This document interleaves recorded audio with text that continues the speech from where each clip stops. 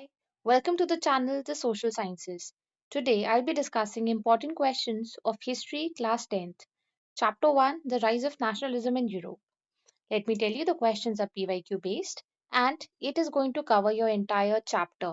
So even if you have not made notes of this chapter and you attempt these questions, you are going to make notes on your own in a question answer format. And attempting these questions is highly recommended. Okay, so let's begin with the important questions. The first question that we have is, highlight the features of Frederick Soru's painting. What is Utopian vision?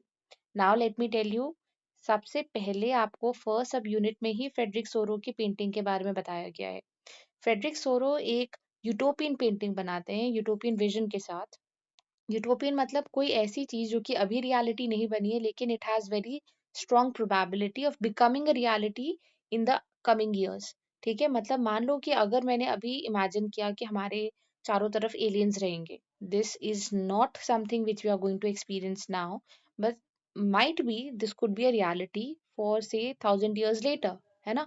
तो उसी तरीके से Frederick सोरो ने अपने painting में, उस time में हर जगह मोनार्की थी लेकिन इन्होंने अपने पेंटिंग में दिखाया कि किस तरीके से लोग मोनार्की को गिव अप कर रहे हैं और किंग्स हैं या किंग के जितने भी सिंबल्स ऑफ पावर हैं जैसे बेटन या फिर उनका क्राउन, वो सारी चीजें उन्होंने थ्रो कर दी हैं और वो बढ़ रहे हैं स्टैचू ऑफ लिबर्टी को क्रॉस करते हुए आगे बढ़ रहे हैं. दे आर पेइंग होमेज, यानी वो अपनी श्रद्धांजलि स्टैचू ऑफ लिबर्टी को देते हुए आगे बढ़ रहे हैं और सारी कंट्रीज के पास अपना अपना फ्लैग है और उन सब ने अपने नेशनल ड्रेसेस पहन रखे हैं. ठीक है, और इस तरीके से वो दिखा रहा है कि कैसे मोनार्की से डेमोक्रेसी में ट्रांजिशन हो रहा है. ठीक है, तो ये जो क्वेश्चन है ये सब्जेक्टिव भी है, चाहे तो इससे ऑब्जेक्टिव का भी क्वेश्चन बन सकता है. So this question is very important. The question number two is, explain how French Revolution contributed to the growth of nationalism in Europe. है ना? तो फ्रेंच रेवोल्यूशन जो था उससे यूरोप में ओवरऑल नेशनलिज्म कैसे बढ़ता है. तो ड्यूक मेटरनिच का स्टेटमेंट है कि when France sneezes the rest of the Europe catches cold. इससे हमें साफ पता चल रहा है कि फ्रेंच रेवोल्यूशन का कितना बड़ा इम्पैक्ट पड़ा होगा यूरोप में. ठीक है, तो फ्रेंच रेवोल्यूशन से क्या हुआ, ला पैट्रे, ले सिटोयन, इस टाइप के कॉन्सेप्ट्स आए. ठीक है, मतलब the fatherland, the Motherland, the citizen, इस टाइप का कॉन्सेप्ट आया. फ्रांस में उसके बाद अपना नेशनल एंथम बना. उसके बाद जो नेशनल एंथम जिसका नाम था मार्सिलेज, उसके बाद फ्रांस में फ्रेंच लैंग्वेज के ऊपर फोकस किया गया. ठीक है, फ्रांस में सिटीजन्स को यूनाइट करने के लिए बहुत सारे अटेम्प्ट्स लिए गए, बहुत सारे वेट्स मेजर्स, ये सारी चीज़ों को भी हटाया गया. ठीक है, तो इन मेजर्स से क्या हुआ, फ्रांस में नेशनलिज्म क्रिएट करने की कोशिश की गई. तो ये क्वेश्चन भी इंपॉर्टेंट है. क्वेश्चन नंबर थ्री है, what was Zollverein, who introduced it and why. ठीक है, तो ज़ोल्वेरिन का जो कॉन्सेप्ट है वो हम लोग पढ़ते हैं लिबरलिज्म वाले सब यूनिट में. क्या बताया गया है यहाँ पे, आपसे क्वेश्चन भी है क्वेश्चन नंबर 5 में भी लिबरलिज्म. तो हम ये देखते हैं कि जैसे ही यूरोप में मिडिल क्लास का जन्म हुआ. ठीक है, तो उसने डिमांड किया कि हमें लिबरलिज्म चाहिए. लिबरलिज्म मतलब फ्रीडम. ठीक है, इन्होंने दो टाइप का लिबरलिज्म डिमांड किया. एक लिबरलिज्म था पॉलिटिकल, यानी डेमोक्रेसी लाया जाए, सबको वोटिंग राइट्स मिले. और दूसरा लिबरलिज्म यानी दूसरे टाइप का जो फ्रीडम चाहिए था वो था इकोनॉमिक. ठीक है, इकोनॉमिक फ्रीडम में उन्होंने बोला कि जितने भी रिस्ट्रिक्शंस हैं ट्रेड के ऊपर वो सारी चीज़ों को हटाया जाए. उस टाइम में क्या होता था, अगर आप एक स्टेट से दूसरे स्टेट ट्रैवल कर रहे हो तो करेंसीज चेंज हो जा रही है, वेट्स एंड मेजर्स चेंज हो जा रहे हैं. मतलब अगर कहीं पे 1 kg में 1000 ग्राम है तो किसी दूसरे स्टेट में 1 kg में 1200 ग्राम भी हो सकता है ना? तो ये यूनिफॉर्मिटी नहीं थी जिसके कारण जो ट्रेडर्स थे, बिजनेसमैन थे, उनको बहुत दिक्कत होती थी. और ये ट्रेडर्स और बिजनेसमैन से ही मिलके तो मिडिल क्लास बना, है ना, जो कि धीरे धीरे एजुकेट हुआ, फिर उसने लिबरलिज्म की डिमांड की. तो इकोनॉमिक लिबरलिज्म में ट्रेड यूनियंस पे जो रिस्ट्रिक्शंस हैं, गिल्ड रिस्ट्रिक्शंस है, ये हटाने की बात की गई. तो इकोनॉमिक लिबरलिज्म देने के लिए उस टाइम में जो किंग ऑफ प्रशिया थे उन्होंने इंट्रोड्यूस किया ज़ोल्वेरिन. ठीक है, तो who introduced it, the king of Prussia. Why, to bring economic liberalism. What was Zollverein? Zollverein was an attempt to unify or to bring down the different currencies that are there in all the states of Europe, then to make uniformities in terms of weights and measures. ठीक है, तो ये question number 3 हो गया. Question number 4 है, what was Napoleonic code of 1804. तो देखिए Napoleon जब अपने टाइम में आए थे, जब फ्रांस में आए थे, तो उनको लगा कि फ्रांस में बहुत सारी चीज़ें हैं इकोनॉमिक टर्म्स में जिसको इम्प्रूव किया जा सकता है। तो उन्होंने क्या किया उस टाइम में ने एक्चुअली जो ज़ोल्वेरिन है उसी का मॉडिफाइड फॉर्म है जो कि नेपोलियन ने लाया था, है ना? नेपोलियन ने पहले लाया, ज़ोल्वेरिन बाद में आया। तो नेपोलियनिक कोड ऑफ 1804 में उस टाइम के जो ट्रेड यूनियंस पे जो रिस्ट्रिक्शंस लगी होती थी वो हटाए गए। उसके बाद वेट्स एंड मेजर्स को यूनिफाई किया गया, मतलब हर जगह पे 1 केजी का वैल्यू सेम होगा, है ना? करेंसीज़ अलग-अलग बहुत होती थी तो उन सबको कम किया गया। तो ये सब नेपोलियनिक कोड में आया है। लेकिन नेपोलियनिक कोड के कुछ फ़ायदे हैं और कुछ नुकसान भी हैं, कुछ कॉन्स भी हैं। ठीक है? तो वो हमें डिस्कस वो भी आप लिखोगे अपने इस क्वेश्चन में, इस आंसर में। ठीक है? नेक्स्ट क्वेश्चन नंबर 5 है How did the middle class society arose in Europe? What was the economic and political liberalism demanded by them? तो इकोनॉमिक और पॉलिटिकल लिबरलिज्म तो जस्ट हमने डिस्कस किया। हम यहाँ पे फर्स्ट पार्ट पे जाते हैं, मिडिल क्लास सोसाइटी कैसे जन्मी यूरोप में। तो देखिए यूरोप में सबसे पहले तीन ही टाइप के लोग रहते थे। ठीक है, या तो किंग्स रहते थे, किंग्स हो गए, उनके साथ होते थे एरिस्टोक्रेट्स जो रिच मिनिस्टर्स हो गए। ठीक है, एरिस्टोक्रेट्स हो गए या फिर नोबेलिटी आप बोल सकते हो उनको, और क्लर्जी रहते थे। ठीक है, और उसके बाद जो तीसरा जो ग्रुप बचता था वो होता था पुअर पेजेंट्स का। अब क्या हुआ, धीरे धीरे जब इंडस्ट्रियल रेवोल्यूशन हुआ तो इंडस्ट्रियल रेवोल्यूशन में काम करने के लिए लोगों की जरूरत पड़ी। तो बहुत सारे पेजेंट्स गांव से उठ के अर्बन एरियाज में आए, टाउन्स में आए, और इंडस्ट्रियल रेवोल्यूशन में उन्होंने पार्टिसिपेट किया, इंडस्ट्रीज में काम करना शुरू किया। तो जब ये टाउन में आए, विलेजेस से उठ के टाउन्स में आए, तो इनको लगा कि यार सोसाइटी तो बड़ी अच्छी है, बहुत सारी अच्छी अच्छी चीजें हैं, है ना? इनको एजुकेशन मिला, इनका लिविंग स्टैंडर्ड इंप्रूव हुआ, पैसे आने लगे। तो इन्होंने अपनी फैमिलीज में अपने बच्चों को एजुकेट करना शुरू किया।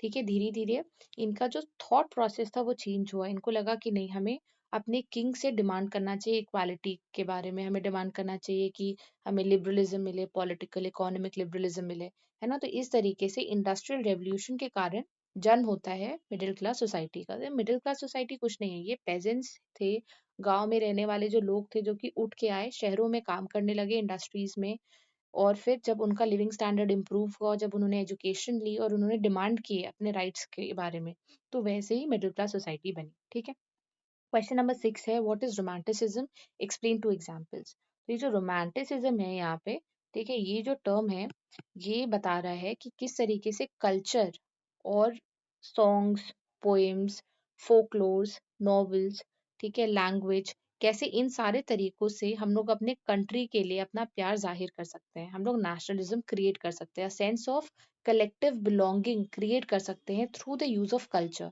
यही बताता है रोमांटिसिज्म।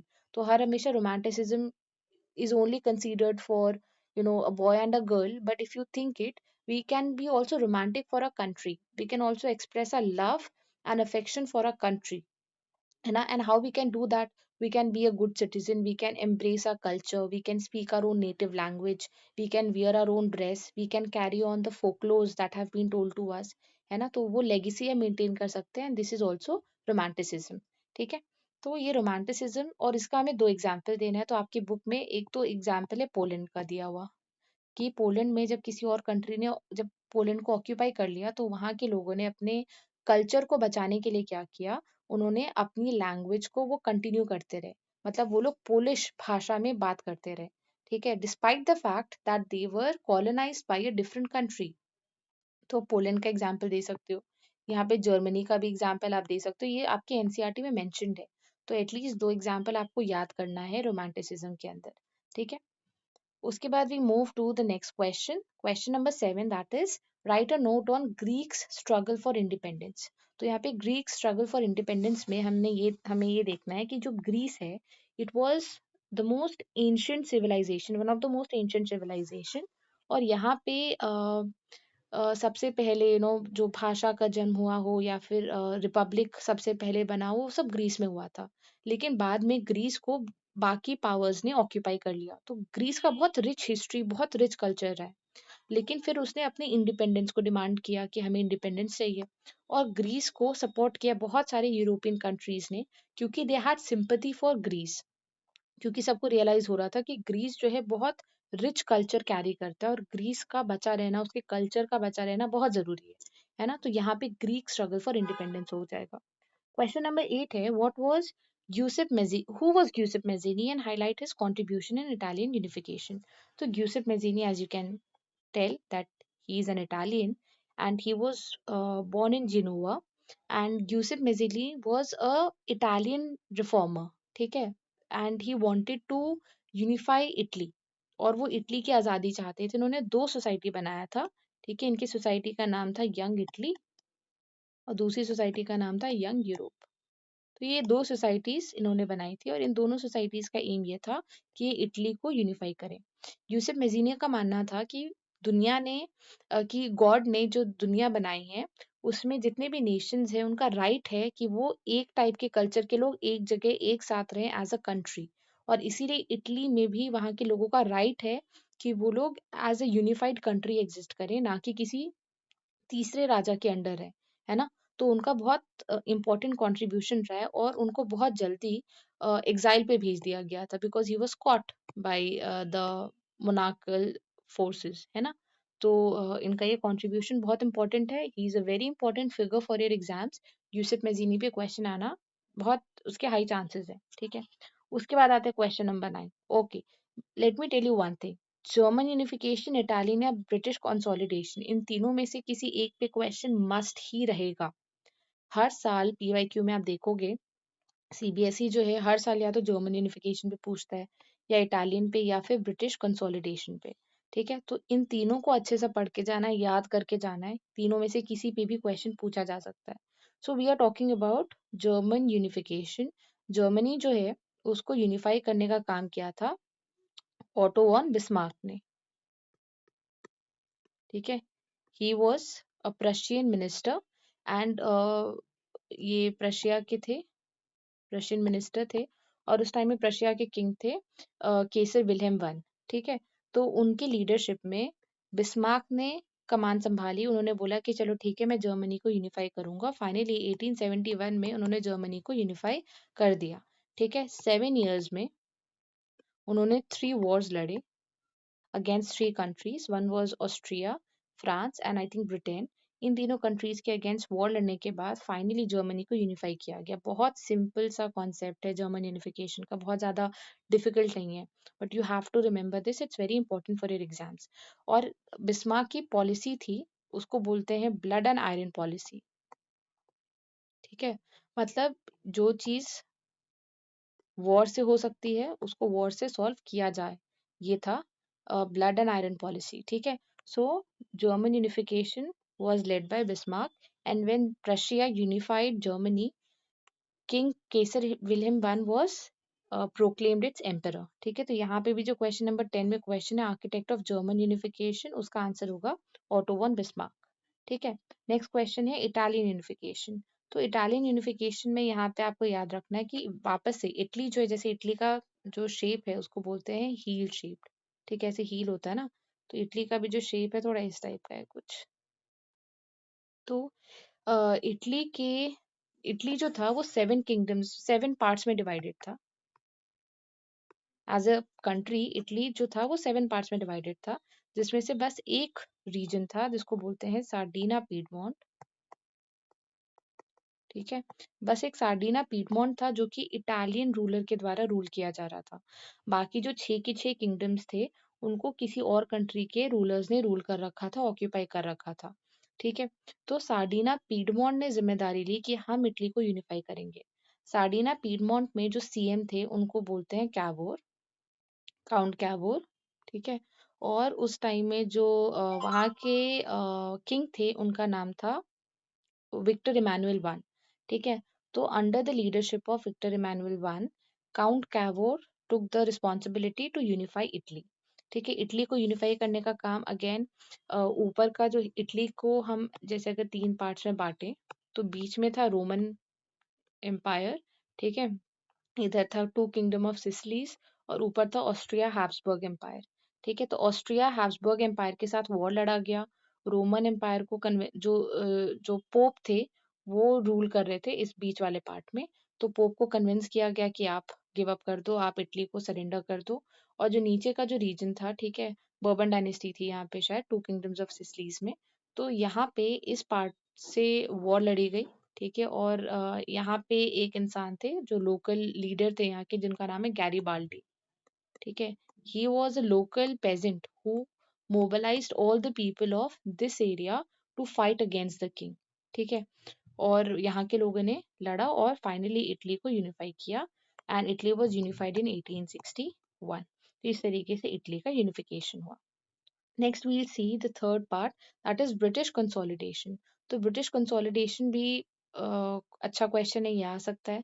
तो ब्रिटेन की जब हम बात करते हैं कि ब्रिटेन एग्जैक्टली है क्या, तो यहाँ पे हम देख सकते हैं कि जो ब्रिटेन है, ठीक है, उसमें स्कॉटलैंड भी आता है, मतलब यूनाइटेड किंगडम में ब्रिटेन, स्कॉटलैंड और आयरलैंड आता है। ये तीन मिला के यूनाइटेड किंगडम बनता है, यूके, ठीक है। तो ब्रिटेन कंसोलिडेशन कैसे हुआ, कैसे ये सब मिला के एक कंट्री बना है ना, ये किस तरीके से एक साथ आए। तो ब्रिटेन, जो ब्रिटेन था, ये जो पूरा जो रीजन है, ये आइलैंड्स का बना हुआ है। यहाँ पे छोटे छोटे आइलैंड्स हैं, और ये सब जब साथ में आता है तो यूनाइटेड किंगडम बनता है। तो ब्रिटेन जो था, it was an island which had lot of rich merchants, है ना। Now these merchants they came together, they had there king, और इस तरीके से इनकी किंगडम चल रही थी। फिर इन्होंने एक्ट ऑफ यूनियन किया स्कॉटलैंड के साथ 1707 में, एक्ट ऑफ यूनियन। और इस एक्ट ऑफ यूनियन के कारण ब्रिटेन और स्कॉटलैंड साथ में आ गए, ठीक है। उसके बाद जब ये साथ में आए, फिर उन्होंने आयरलैंड को अपने साथ लेने का सोचा। आयरलैंड को जब इन्होंने साथ लेने का सोचा, तो दिक्कत ये थी कि आयरलैंड में जो मेजोरिटी पॉपुलेशन थी, वो थी कैथोलिक्स की, ठीक है। और यहाँ पे माइनॉरिटी में थे प्रोटेस्टेंट्स। ये क्रिश्चियनिटी के दो विंग्स हैं, कैथोलिक्स और प्रोटेस्टेंट्स। और ब्रिटेन और स्कॉटलैंड में जो मेजोरिटी थी, वो प्रोटेस्टेंट्स की थी, ठीक है। Catholics are more Orthodox Christians, Protestants are Reformed section of the Christian section, है ना।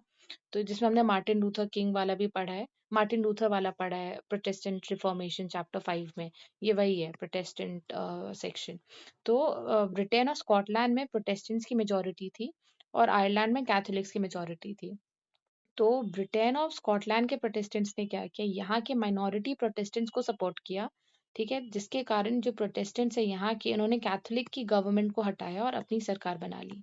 और जब ये खुद पावर में आए, तो उन्होंने क्या किया, आयरलैंड को जोड़ लिया ब्रिटेन और स्कॉटलैंड के साथ, और इस तरीके से यूनाइटेड किंगडम बन गया।